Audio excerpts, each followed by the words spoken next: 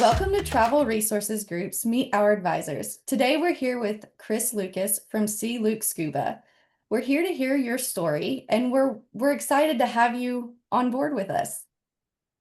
So can you tell us a little bit about how you got started and what led you here and why are you scuba?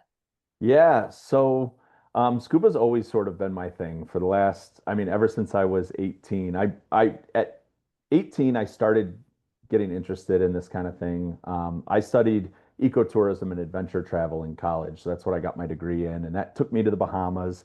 I did a whole bunch of stuff out there. I got my captain's license and I did a bunch of stuff, but I really took to diving. That was sort of my thing. And I was really, really into it. I did it for many years while I was there, and then moved to Cayman, where I was managing a dive shop and sort of doing stuff. But at the end of my stay there in Grand Cayman, the dream opportunity to actually run and manage full time a big proper dive shop sort of fell in my lap, and it was in my hometown here in Cleveland. So I ended up moving back to Cleveland and took this job at a dive shop and was working there and sort of doing my thing.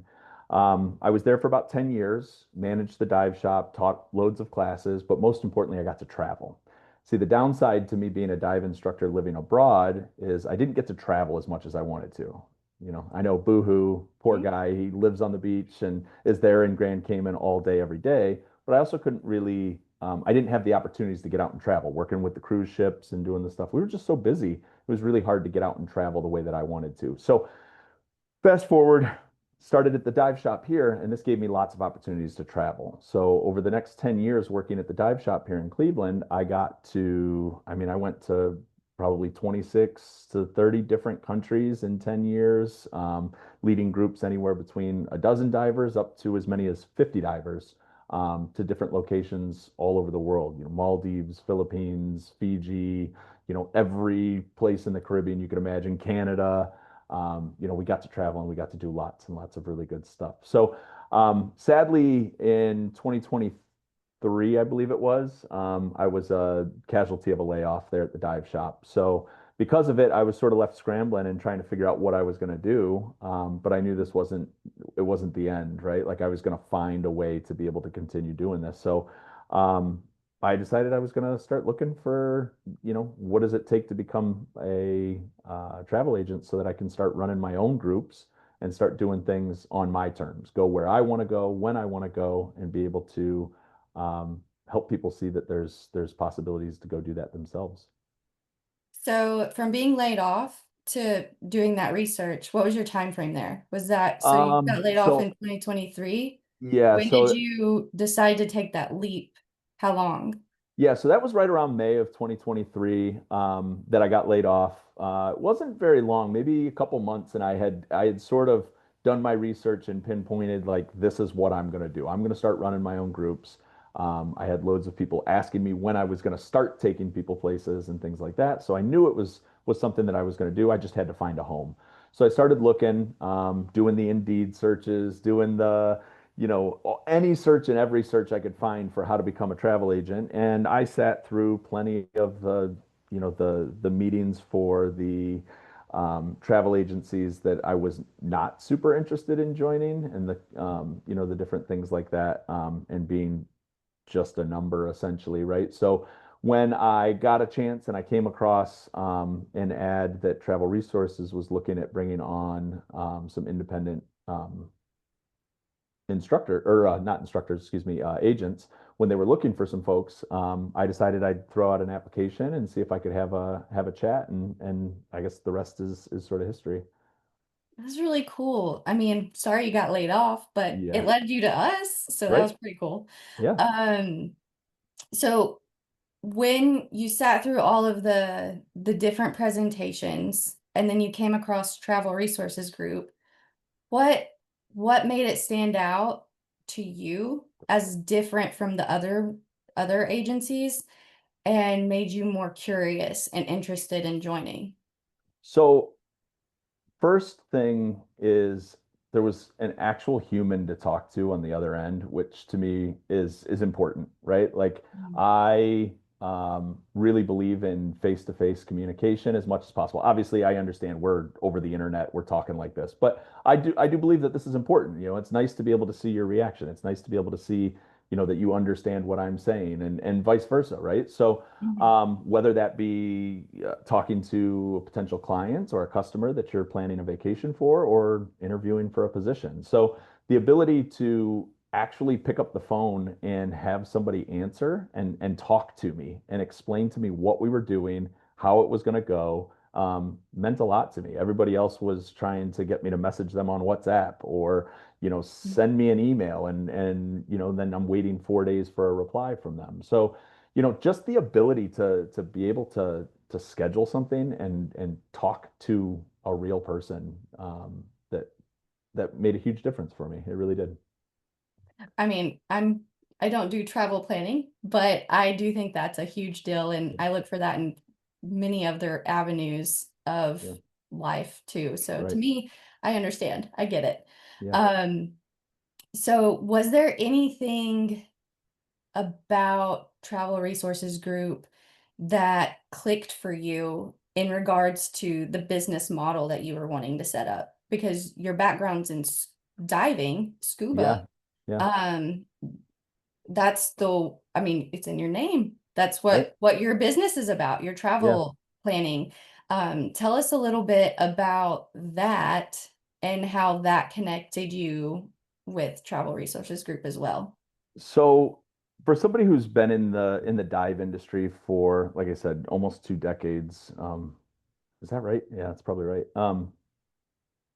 I understand how divers travel, right? Like Mhm. I've planned trips for them. I've taken them places. I've sold the trips for them. I know that this is something that this particular sector, this particular group of people is well traveled, right? They will jump on a plane and go to any corner of the world if they know there's a puddle that they can jump into, right? So I know that you have the ability to do this. What I found the difficulty, or many of my difficulties with some of the other host agencies that I spoke with, was I didn't have the ability to do it my way, right? I was being sort of cornered and pushed into a box that didn't necessarily fit what I wanted to do. Whether that was using their preferred vendors, not necessarily my preferred vendors, or whether it was selling trips the way that they wanted me to sell it, using the tools and the resources that they wanted me to use versus the way that I felt was best for me, and what I was looking to build and do. I loved that I could work under the travel resource umbrella as me, as SeaLuke Scuba, right? I don't have to be, you didn't have to be Chris of Travel Resources Group. I could be me and just be me, and I kind of really appreciated that. I liked that I can work on building my brand, um, and and and be able to move forward, doing it that way. That's awesome because I feel like having your own voice is very important and it helps build trust with your clients. Yeah, To me, I mean, if I'm coming to you and a trusted travel professional, I want to be able to trust you. yeah, Um, being that you are so niche specific, obviously being pushed in a corner and not being able to do what you want to do is a struggle. But is there a number one struggle with being so niche specific um, that we could highlight and point out that we can work that we as TR or Travel Resources Group has helped work through with you? yeah. So there is, right? Obviously, as a niche group, you're not, or a niche business, you're not looking to cast the widest net, right? Like we are very Mm. much trying to focus on one specific demographic, right? Like these are the people that we want, and we're going to try and catch them and take them, right? So this is, having a very specific avatar and understanding who our customers are, and going through the training that is offered through the boot camp and through all of the stuff that you guys had for us really helped us sort of narrow that down even further, right? So walking into this, I knew that I wanted divers, right? Hmm. But as we start breaking it down, you can see that there's more to just divers. Divers is still a wide net. We need to narrow it down even further. And I know divers themselves, that seems pretty narrow already, but you also have to look at what divers do you want, right?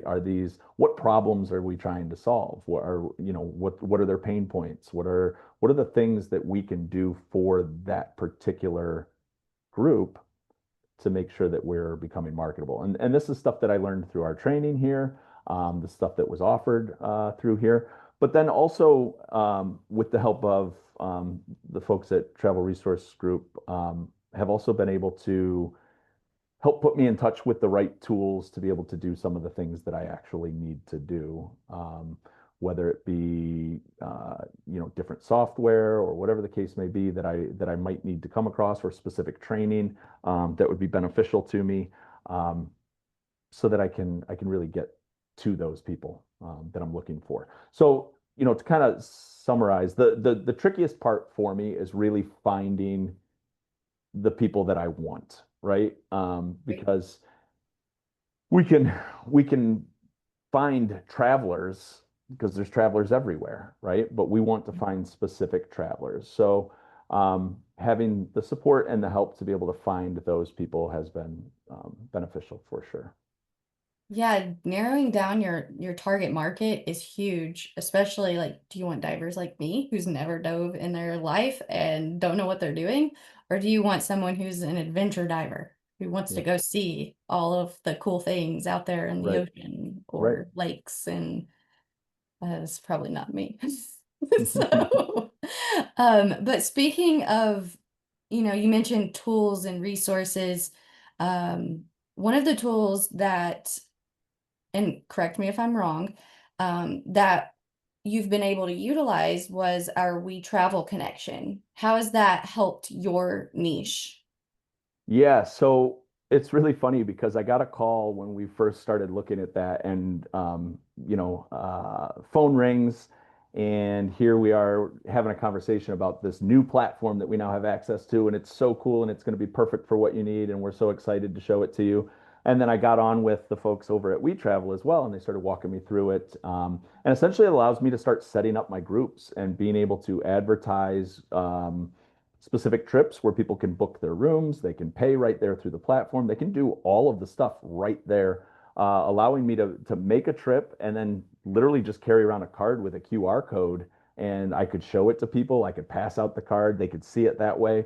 I can send email, I could email out itineraries, I can build all kinds of stuff right there through WeTravel using their AI tools to build all their the itineraries and fill out all the details and get it looking really pretty and have it all just looking fantastic. And that's just another one of those. I had never heard of WeTravel, and all of a Mhm. sudden here we are, Travel Resource on the other line calling me saying, "Hey Chris, great news! We have this thing. It will be perfect for you to start putting your groups together." And yeah, it's been quite good so far with the things that I've been playing with it.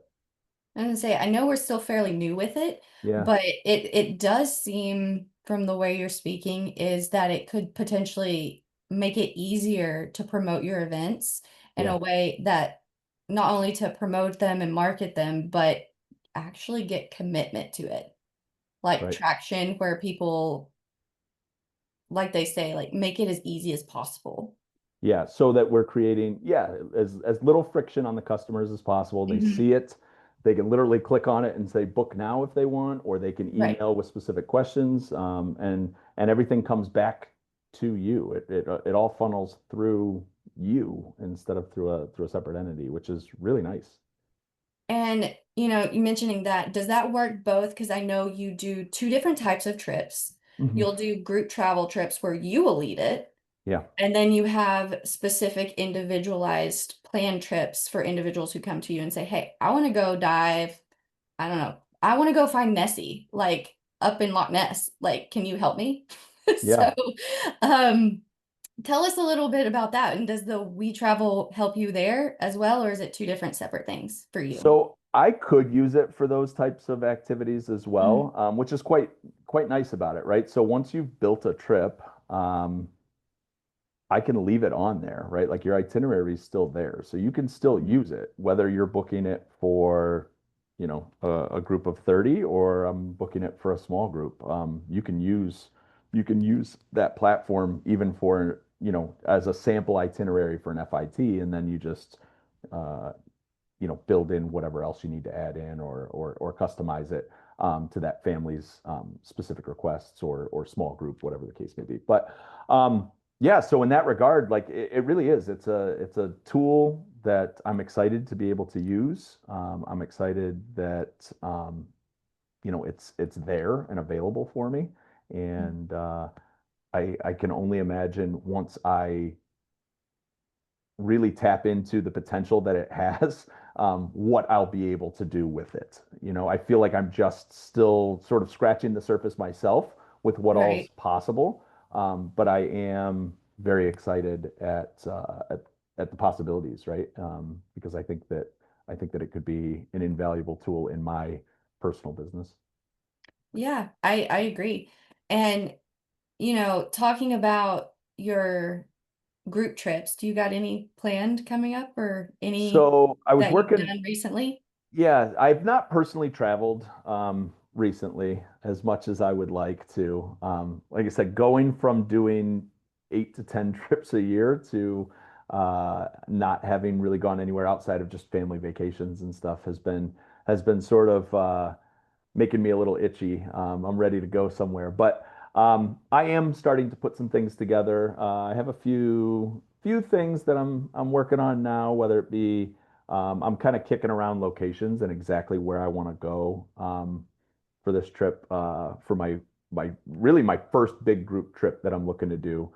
Shooting for next November, which will give me some time to really put together a good quality group of people and really uh, maximize the experience and the time that I'm allocating to do it. And if all goes well, then that's what will kind of get the ball rolling, and we'll be moving full steam ahead from there.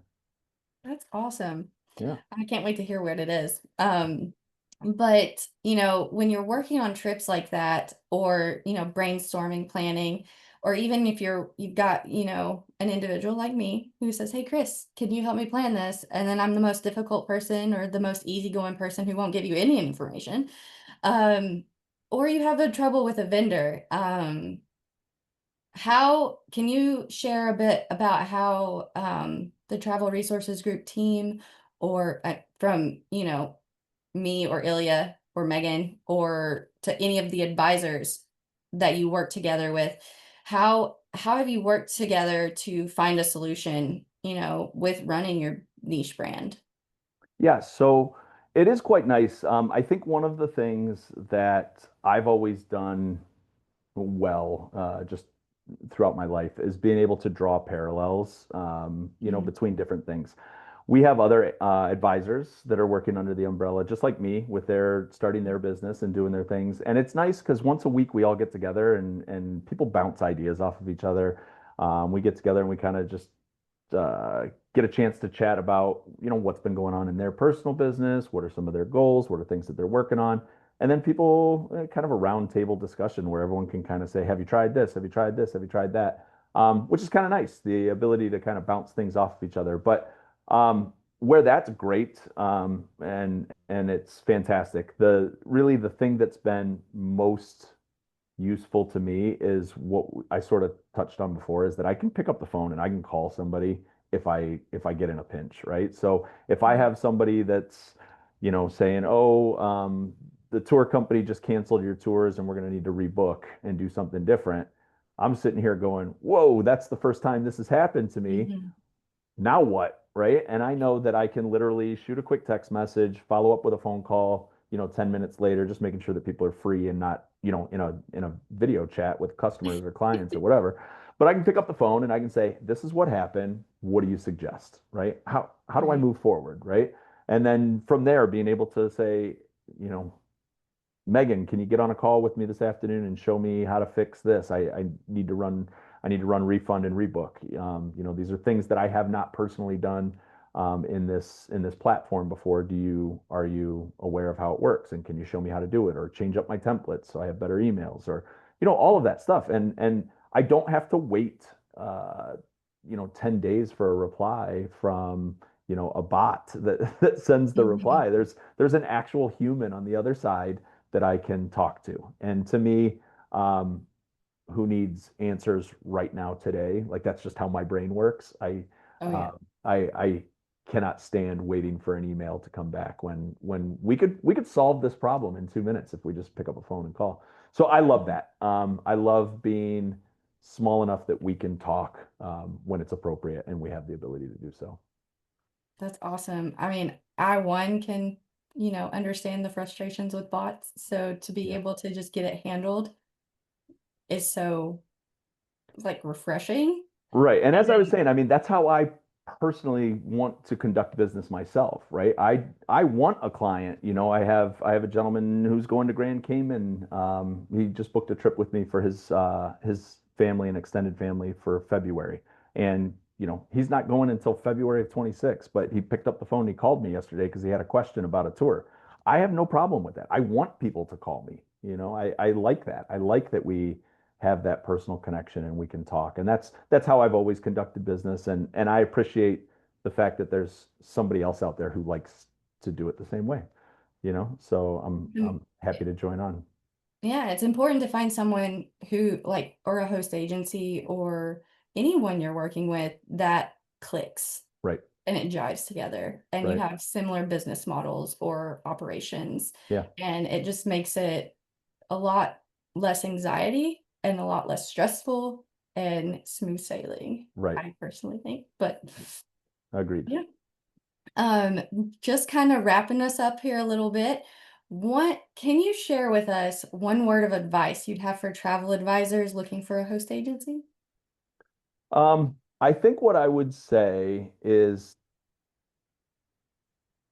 early on to do your research and make sure that you really do feel you feel good about it and you feel like you're at a place that you want to be. Obviously, if they're here and already talking to Travel Resource Group, my advice would be different. I would tell them that I think that you found a good landing spot, and to kind of stick with it and trust the process a little bit.